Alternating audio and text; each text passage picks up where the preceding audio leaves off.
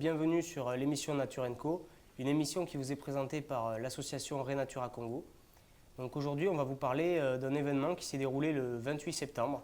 Donc c'était le Festival de la mer, à l'occasion justement de la Journée internationale de la mer. Donc c'est pourquoi c'était l'occasion de présenter le travail des pêcheurs artisans, de valoriser leur travail, d'échanger sur les bonnes pratiques en mer pour avoir justement cette pêche durable au Congo dans les prochaines années, de parler des problèmes, de parler des solutions et ensemble d'arriver au meilleur pour la pêche artisanale au Congo. C'est pourquoi aujourd'hui nous avons l'honneur d'accueillir Idrissa Inouye. Donc, je vais le laisser se présenter un petit peu. Idrissa, bonjour. Bonjour. Est-ce que tu pourrais te présenter en quelques mots? Je suis M. Inouye Idrissa, patron pêcheur, vice-président de l'association pour l'autopromotion des initiatives communautaires de pêche AICP. Je suis là pour représenter les pêcheurs et j'ai été appelé par Econature. Merci Idrissa. Donc nous allons partir tous ensemble pour un reportage. Nous allons aller au Cap-Ap et nous allons revoir un petit peu qu'est-ce que c'était ce Festival de la mer et quel est l'engouement autour de cet événement. Merci.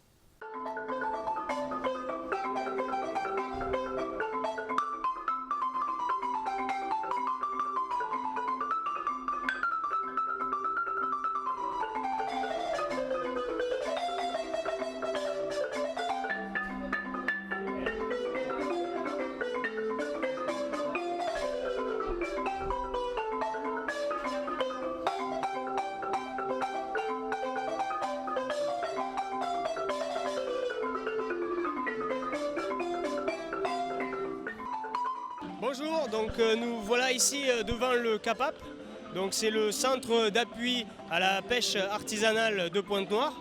Donc à cette occasion aujourd'hui nous avons le Festival de la mer qui est en train de se dérouler ici derrière moi. Donc nous sommes le 28 septembre et la journée de la mer c'est le 30 septembre. Nous avons voulu pour cela valoriser le travail des pêcheurs artisans qui est réalisé ici au quotidien. Et ce qu'on voulait surtout, c'était aussi parler des espèces intégralement protégées au Congo pour permettre à la ressource halieutique et donc au secteur de la pêche d'être bien, de se sentir bien avec une bonne population d'espèces marines qui va servir justement aux assiettes des futurs pêcheurs.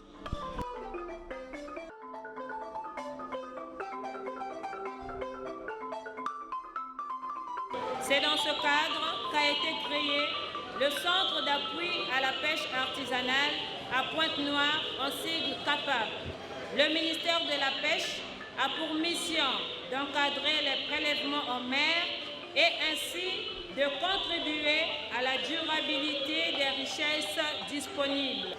En effet, les pêcheurs artisans pratiquent une pêche dont l'impact sur l'environnement est relativement réduit.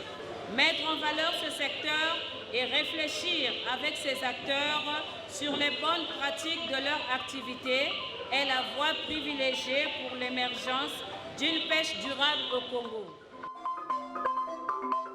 Pour ce festival, il y a aussi plusieurs activités qui sont en train de se mettre en place. Donc on a assisté tout à l'heure au discours d'une des représentantes de la direction départementale de la pêche et de l'aquaculture, qui a justement réalisé un très beau discours visant à remercier les ONG partenaires de ce projet pour le bien de la pêche artisanale au Congo. Ensuite, après ce discours, il y a justement la petite musique derrière moi qui est là qui vise à remercier le travail des pêcheurs.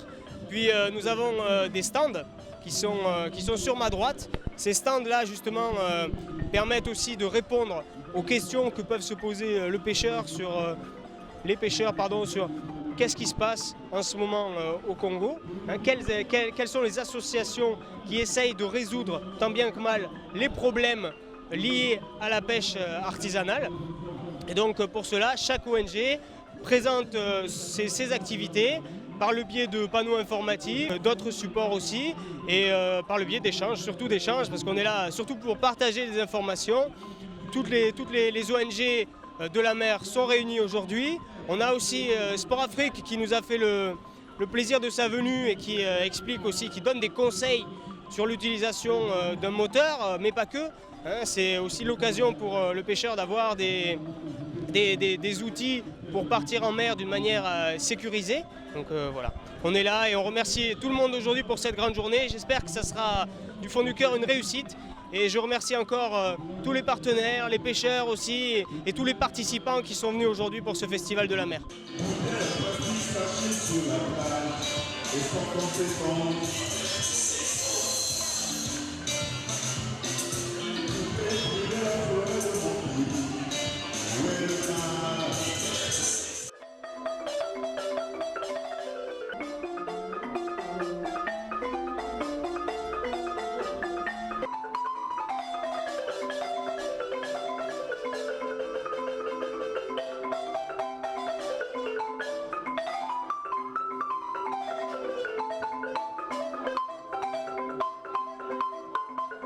Donc on est sur le concours de coudrage ici. Tout à l'heure on va lancer le premier coup pour que les gens commencent. Les 3 premiers seront récompensés. Et puis bon, c'est des trucs qu'on a fait, donc il faut remplir les mailles et puis celui qui finit le premier va être premier. Et puis bon, ben voilà, on lance le coup d'envoi. Allez, c'est bon. Allez-y. Donc là, justement derrière moi, il y a un concours de tressage qui est en train de se dérouler. Donc les préparatifs sont en cours. Ce concours de tressage vise à trouver le meilleur pêcheur qui sera capable de recoudre une partie de filet en un minimum de temps. Et pour ça, des lots seront attribués aux 9 participants de ce concours pour remercier les pêcheurs artisans de leur travail.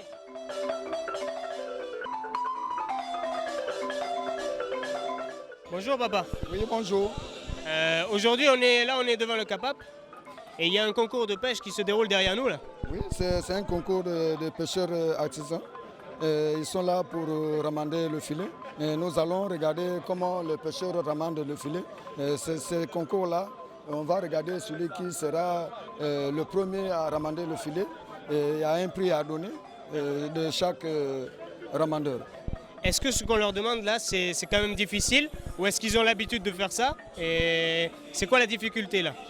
Bon, la difficulté c'est savoir former les mailles. C'est ça qui est la difficulté. Et puis tailler les mailles.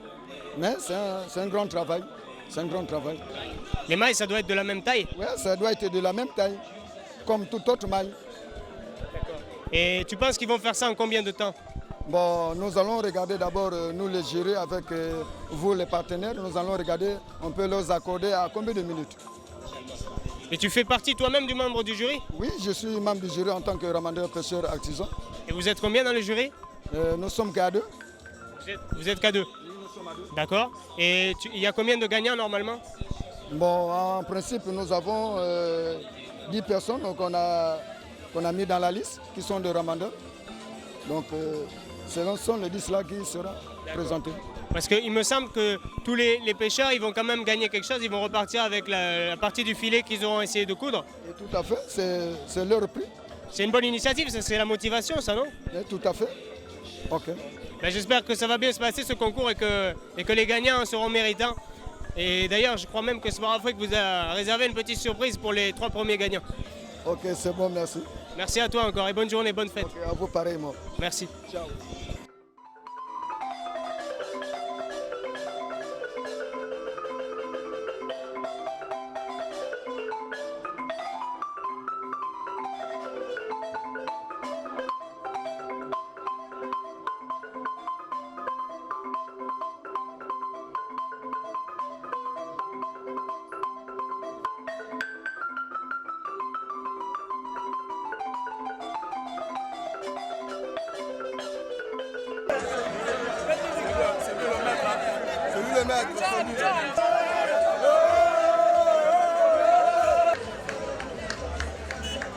Ben voilà, nous arrivons au terme de ce reportage et ce festival de la mer va avoir lieu aujourd'hui jusqu'à 15h. On espère que les activités vont bien se dérouler, que le concours de tressage, il va y avoir trois gagnants qui vont avoir des lots assez intéressants et donc bonne chance à tout le monde. Et encore merci à vous de nous avoir suivis ici. Merci à tous les pêcheurs, à toutes les ONG partenaires de ce projet, même aussi à Sport Afrique, à la direction départementale. J'en oublie certainement, mais je remercie vraiment du fond du cœur tous ceux qui ont participé et œuvré pour que ce festival de la mer soit une réussite. Et voilà, les pêcheurs artisans, j'espère qu'ils seront récompensés avec tout le travail qu'ils vont faire aujourd'hui. Merci.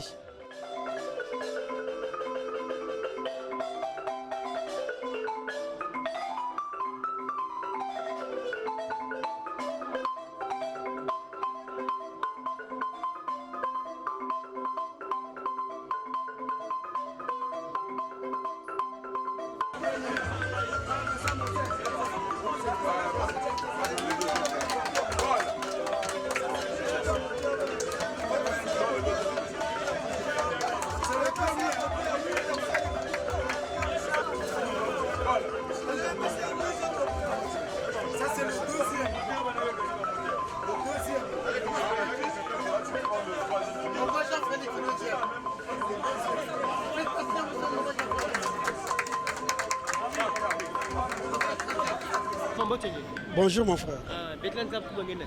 Je me nomme M. Mavungu John. Alors,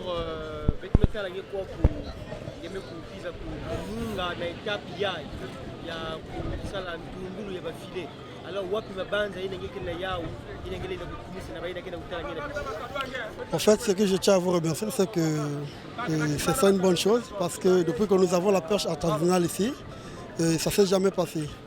Donc ça m'a fait juste une surprise parce que je ne savais pas ce qui s'est passé. Quand j'arrive, on nous a annoncé ce message et j'ai dû participer. Alors vous avez participé à ce concours, il y a certainement eu des critères qui ont été prononcés. Le timing par exemple, on vous a donné un temps record de 30 minutes. Alors, en combien de temps as-tu pu recoudre ce filet? Bon, comme j'ai le métier en main, je le fais en 22 minutes, 30 minutes. Alors, ce qui a fait de vous le premier, l'heureux gagnant? Ce qui a fait de moi le premier, l'heureux gagnant de cette séance-là. D'accord. Alors, quel est le mot que vous pouvez adresser aux organisateurs de cette activité? Le mot, c'est que non, on ne peut que remercier, mais néanmoins, ils doivent mieux nous sensibiliser parce qu'on n'était pas sensibilisés, on nous a juste fait une surprise. Alors il faudrait qu'il y ait vraiment une sensibilisation, qu'ils soient vraiment au courant que voilà, tel séance qui va se passer, là on sera peut-être prêt. Donc là c'est juste une surprise qu'on nous a fait et tout. Bon, comme il y a eu des participants, il fallait participer.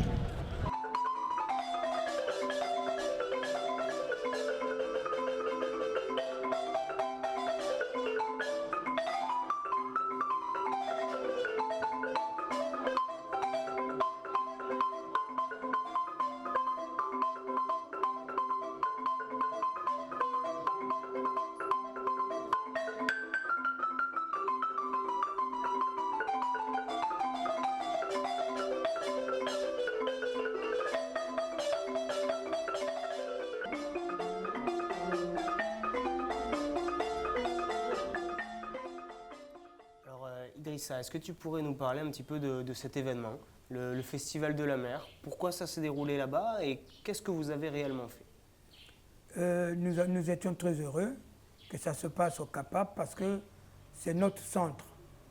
C'est pour les artisans pêcheurs. Il fallait que ça se passe au CAPAP pour faire valoriser ce centre et notre métier. Le CAPAP a été fait pour les artisans pêcheurs. Il fallait bien faire voir à l'opinion nationale et internationale que le pêcheur artisan congolais fait un travail qui est reconnu nationalement et internationalement. Donc, il faudrait qu'on soit reconnu au niveau national, qu'on puisse voir qu'est-ce que le pêcheur artisan congolais. Et alors, lors de cette journée, nous étions très heureux pour voir Renatura qui a organisé cette journée en accord avec les associations des pêcheurs artisans. Ça nous a fait tellement plaisir que nous étions très contents. Est-ce que tu pourrais nous dire un petit peu quels acteurs étaient présents à cette journée? À cette journée, il y avait des associations, il y avait l'AICP, il y avait l'Aboué Couronne, il y avait l'APAC, qui sont des sociétés, des associations de pêcheurs, et il y avait l'administration de pêche qui recouvrait l'événement, patronné par Renatura. Alors, il y a eu la société Sport Afrique, qui a représenté le matériel que nous utilisons pour notre travail. Et il y a eu une société de la place qui s'est présentée pour faire la récupération des plastiques. Et ça nous a tellement intéressés, si bien que nous voulons continuer dans ce sens.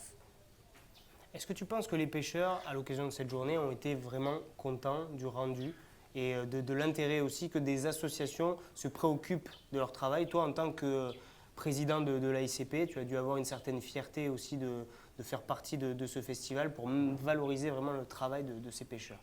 Ça a été une très grande fierté des pêcheurs. Et eux-mêmes, les pêcheurs, au départ, ils ne s'y attendaient pas, parce que quand nous sommes rentrés en contact avec vous, au départ, on n'a pas parlé aux pêcheurs, le temps qu'on puisse mûrir l'événement. Et après, c'est une semaine avant l'événement, que nous les avons mis au courant, tous étaient enthousiasmés. La preuve, c'est quand il y a eu le concours de couture des filets, il y a eu une très grande joie, et surtout à la remise des cadeaux. Bien sûr. Et durant les autres débats qui a pu avoir lieu, est-ce que tu as entendu des inquiétudes aussi de la part des pêcheurs pour l'avenir, en fait?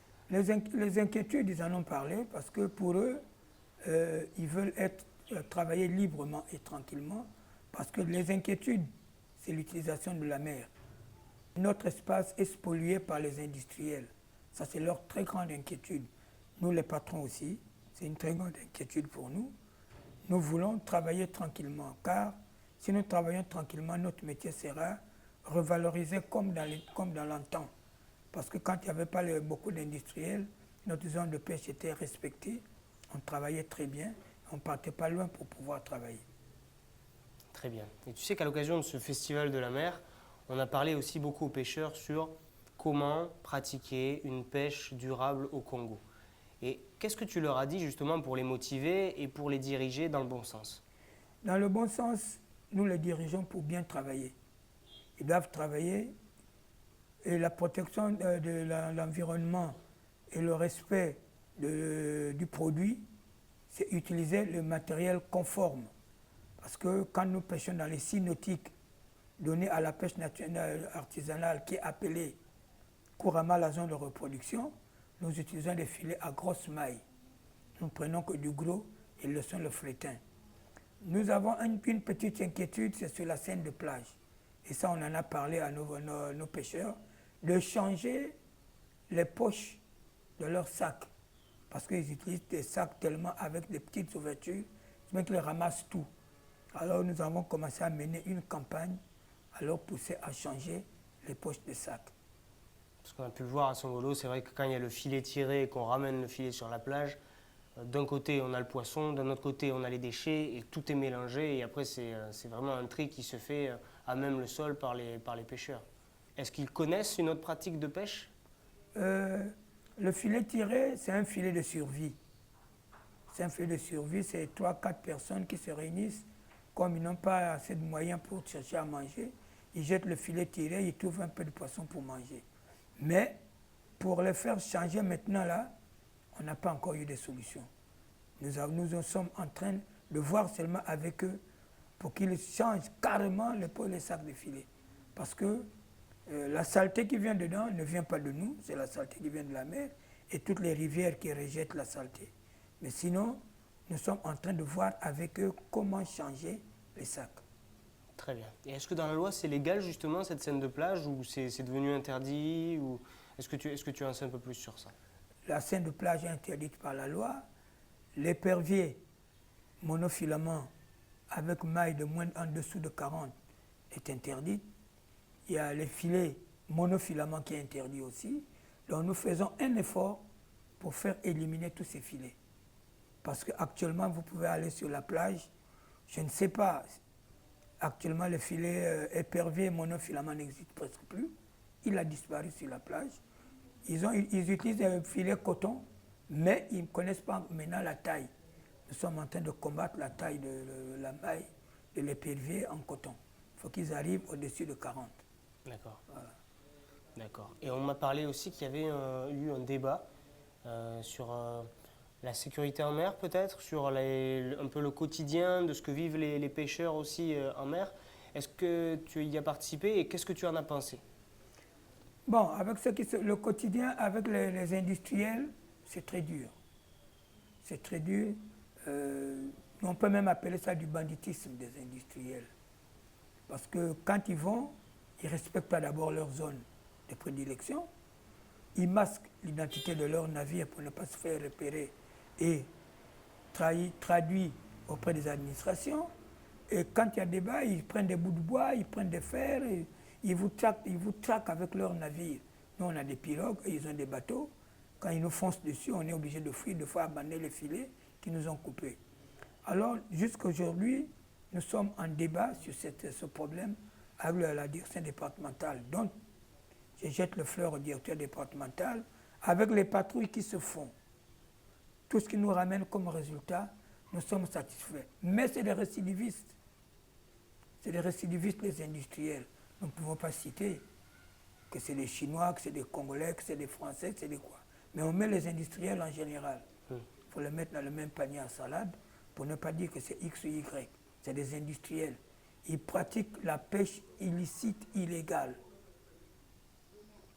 Quand ce que nous voyons des fois, parce que les collègues qui vont en patrouille, des fois c'est des frères congolais comme nous, ils nous expliquent ce qui se passe. Quand on leur demande de relever les filets, ils ne veulent pas.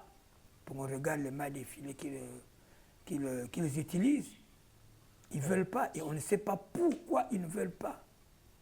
Et ce qui est dérangeant, c'est que aussi ces actions-là qui montrent qu'il y a un recul au niveau de la ressource halieutique, que les pêcheurs artisans sont obligés de pêcher de plus en plus loin, de plus en plus difficilement, j'ai envie de dire. Quand ils partent en mer, ils partent aussi sur plusieurs jours maintenant. Oui. Et eux aussi, justement, ils avaient certaines inquiétudes sur ça. Est-ce que ce festival de la mer et ces débats, est-ce qu'il y a eu des solutions ou des pistes qui ont été un petit peu abordées qui permettraient de voir un petit espoir meilleur dans les jours à venir? Pendant le débat, nous en avons discuté.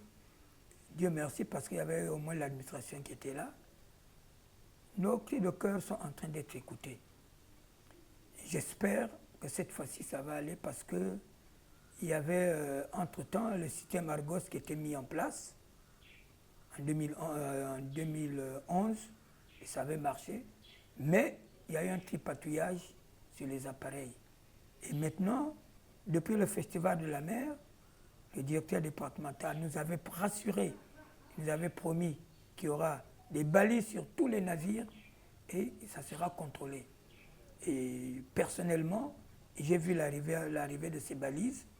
J'espère que ça va être posé et cette fois-ci, ça va être respecté et les sanctions seront exemplaires. Et nous demandons, nous, artisans pêcheurs, nous demandons que quand il y a le récidiviste, qu'on les écarte carrément sur la liste des pêcheurs industriels.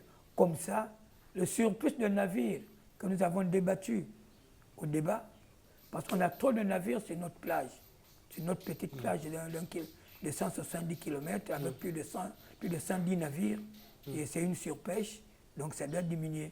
Et je crois que si les récidivistes sont écartés de la liste de l'administration, je crois qu'il y aura moins de navires, nous on va mieux travailler, nous irons moins loin et on mettra même moins de temps de mer. D'accord, donc ça c'est un peu le temps que la législation et aussi que ces balises fassent leurs preuves en direct. Tout à fait, c'est ça que nous souhaitons. Très bien. Le temps que ça soit mis en place, je crois que nous devons être un peu patients. D'accord, donc on a parlé aussi de la pêche industrielle qui était aussi un frein à la pêche artisanale. Est-ce qu'il y a aussi d'autres freins à la pêche artisanale autres que la pêche industrielle? Autre frein, je crois qu'il faut le reconnaître, il y a le changement climatique. Ça, il ne faut pas refuser ça. Il y a le changement climatique. En ce moment que je vous parle, il y aurait déjà beaucoup de poissons sur la plage. Mais avec les changements climatiques, nous sommes presque dans la disette. On va attendre peut-être vers mars, avril, peut-être qu'on aurait encore du poisson. Avant, c'était en ce moment, on devait avoir du poisson, et maintenant, il n'y en a pas.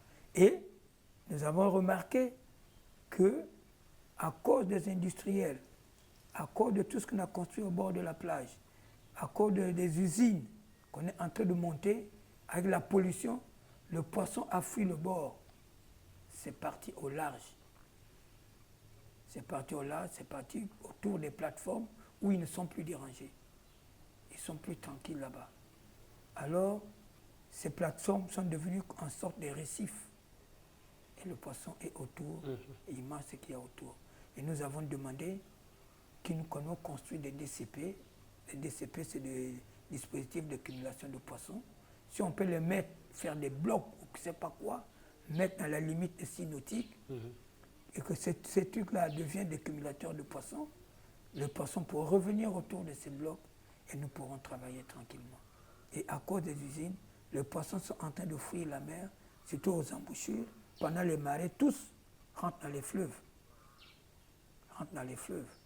Et tout à l'heure, on a vu avec vous que les pêcheurs de Bakwilou préfèrent pêcher maintenant dans le fleuve que dans la mer. Pourquoi? Parce qu'il n'y a plus de poissons dans la mer. Il y a plus dans le fleuve que dans la mer.